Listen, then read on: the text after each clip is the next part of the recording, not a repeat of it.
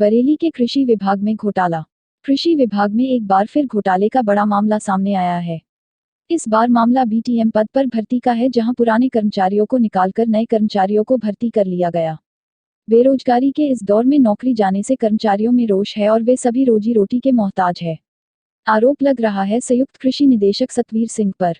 ये सभी वे कर्मचारी हैं जो कृषि विभाग में 2011 से कार्यरत थे और इस बार इनको विभाग ने ये कहकर निकाल दिया कि इनकी परफॉर्मेंस अच्छी नहीं है।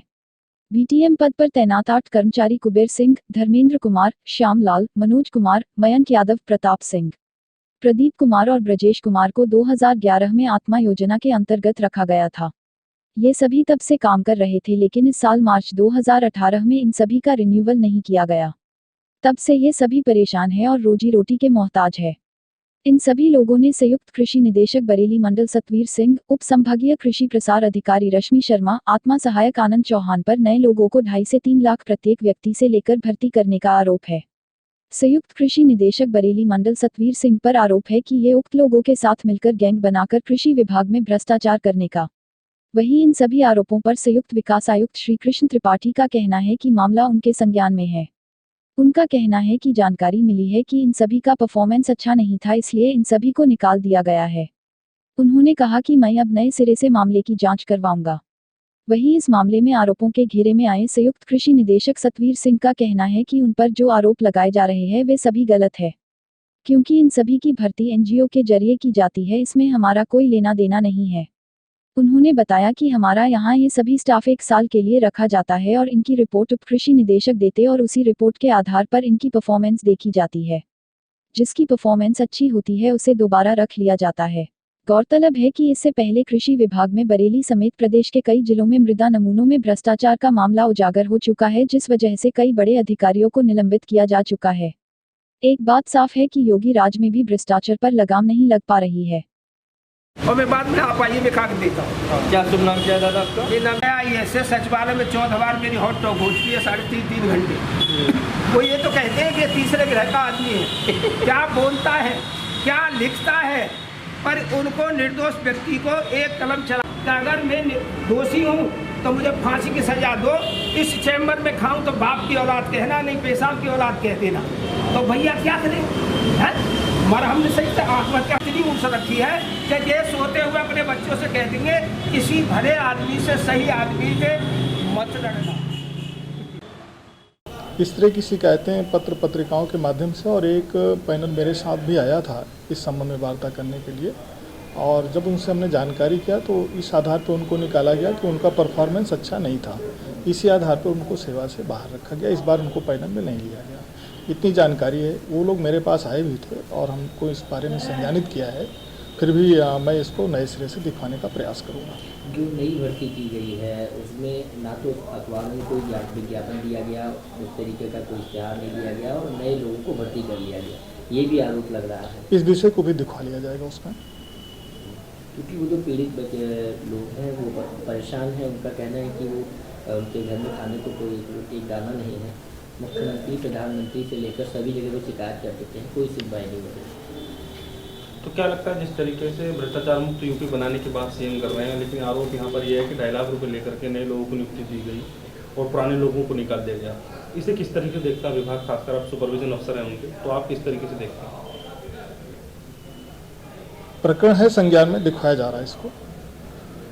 भ्रष्टाचार मुक्त करने का प्रयास हुआ है अगर शासन का प्रशासन का, तो उसमें वो व्यवस्था की गई है कि भ्रष्टाचार प्रदेश न रहेगी। भ्रष्टाचार खत्म हुआ है तमाम सारे मामलों में। ये विषय चूँकि उनकी शिकायतकर्ताओं के द्वारा दिया गया है कि हमारे साथ अन्याय हुआ है, 2.5 लाख रुपए लिया गया है, लेकिन कोई इसका उन्होंने ऐसा प्रूफ उनके सामने नहीं देने का प्रयास किया है, पर जबानी ये बात उन्होंने कही है।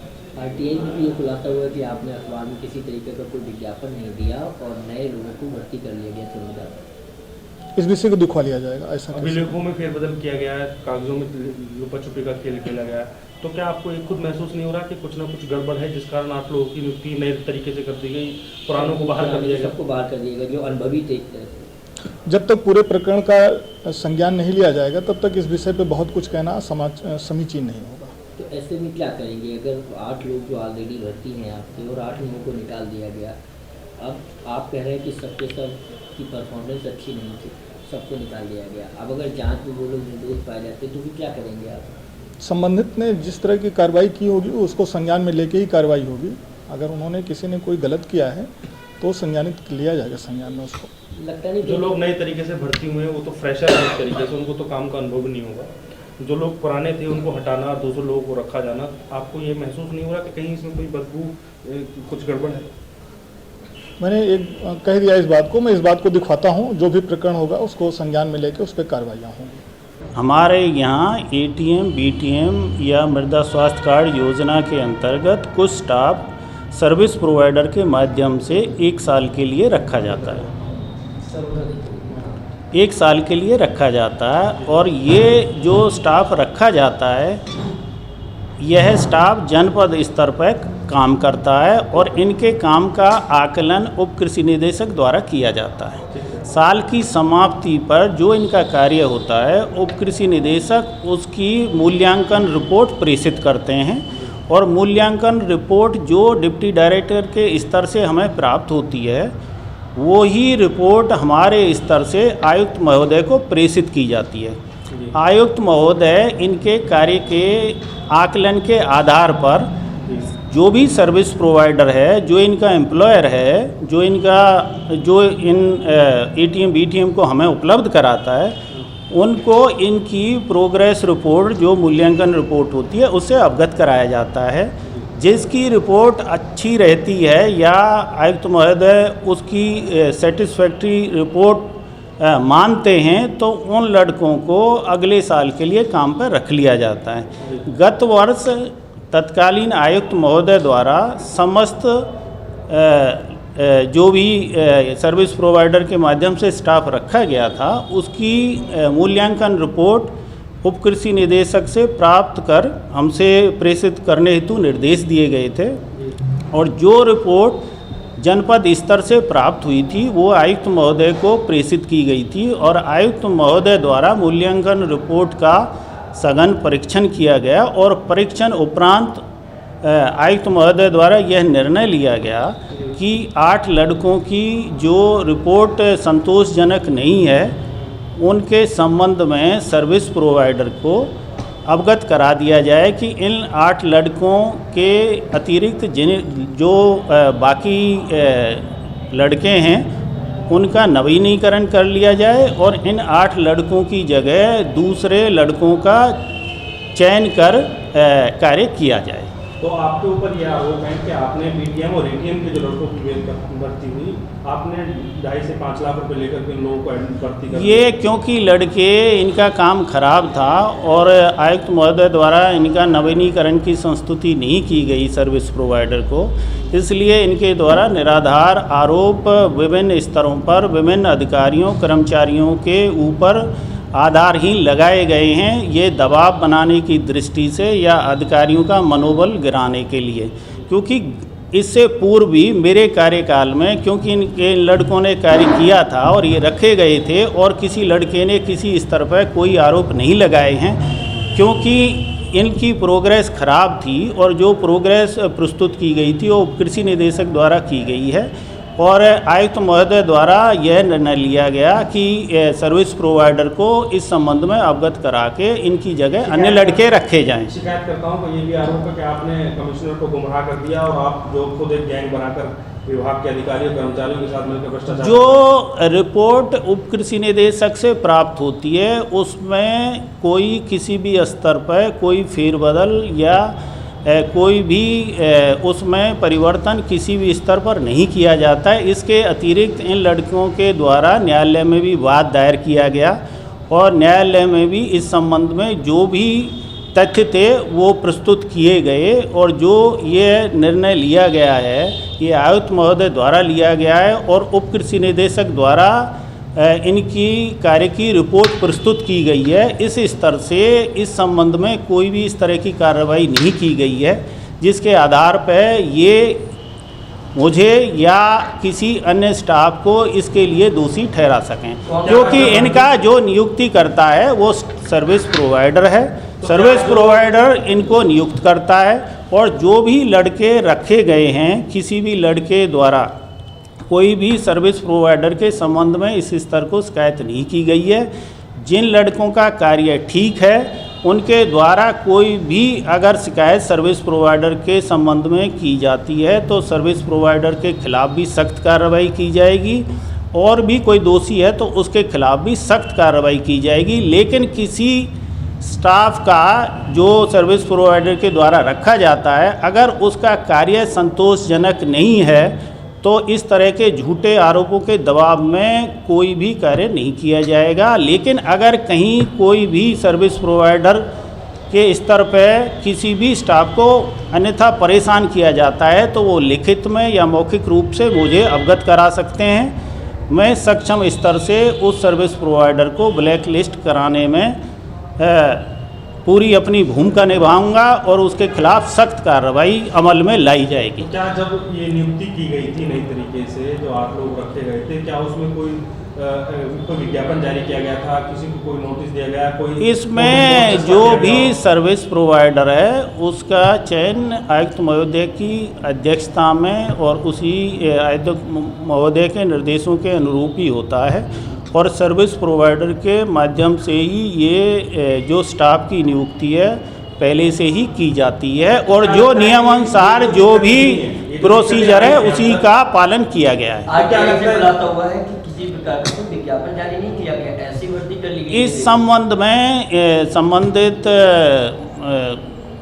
जो भी लड़के हैं उनके द्वारा वाद भी दायर किया गया है, सूचना के अधिकार में भी सूचना मांगी गई है और विभिन्न स्तरों पर भी इनके द्वारा अपनी बात रखी गई है, और इस संबंध में जो भी तथ्यात्मक स्थिति है उससे पहले भी अवगत कराया जा चुका है। और ये 8 महीने पुराना प्रकरण है क्योंकि इनका कार्य की स्थिति अच्छी नहीं थी और उप कृषि निदेशक द्वारा ये सूचना उपलब्ध कराई गई थी। और आयुक्त देखिए भाई, पूरा एग्रीकल्चर का हाल ये है, कार्यालय और ट्रेजरी चल रहा है।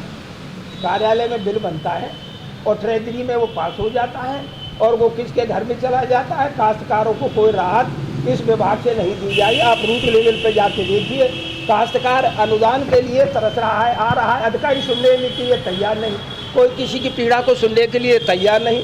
जितना भी बजट आ रहा है 80% वो कागज में जा रहा है, अधिकारियों की जेब में जा रहा है, जिसका ज्वलंत उदाहरण है अभी आपने देखा मृदा नमूना वाला केस बरेली में चल रहा है। कोई भी जांच होती है, अखबार भरा पड़ा है घोटालों से, और जिसको जांच दी जाती है, जांच किसको दी जाती है? जो चोरों का संरक्षण है, संरक्षक है जो चोरों का, वही आपको जांच करता है? हमारे यहाँ मंडल का अधिकारी बैठे हैं जेडीए कि जांच क्या करते हैं? जांच करते हैं, पत्र लिख देते हैं, नीचे वाले को आता है, धमका करके पैसे ले लेते हैं और वो जांच हवाई हो जाती है। कोई आदमी प्रयास भी करे भ्रष्टाचार के खिलाफ तो सुनने वाला कोई नहीं। ऊपर से नीचे तक सिस्टम ऐसा बना रखा है इन चोरों ने कि आह करके रह जाता है। आपने भी शिकायत की?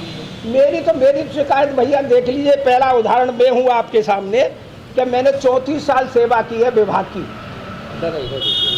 और 31 जुलाई 2013 में मैं सेवानिवृत्त हो गया। मेरी अधिवर्तता आयु पूरी हो गई। मैं 2018 तक आज तक कागज पर सेवानिवृत्त नहीं किया गया हूँ, ना मुझे पेंशन मिल रही है, ना कोई क्लेम मिला है। आप अंदाज़ा लगा लीजिए कि क्या करूँगा मैं। 34 साल की सेवा, मैं निर्दोष हूँ, बिल्कुल निर्दोष हूँ, तब मेरे साथ ये हाल है? मैंने भ्रष्टाचार के खिलाफ लोकायुक्त में परिवार दायर कर रखा है। इन सब हरामियों ने पैसे दे करके वो काम नहीं हो रहे। किसी पे आप करें ऊपर जा कर के पैसा दे देते हैं, छोटे किसी की पीड़ित की कोई पुकार नहीं सुन रहा। मैं आपसे यही अनुरोध करूंगा कि ये आवाज़ जानी चाहिए और लोगों को आप ये समझ लें ज़माना बदल गया है। अब किसी को बिल में, किसी चूहे को बिल में नहीं घुसने दिया जाएगा।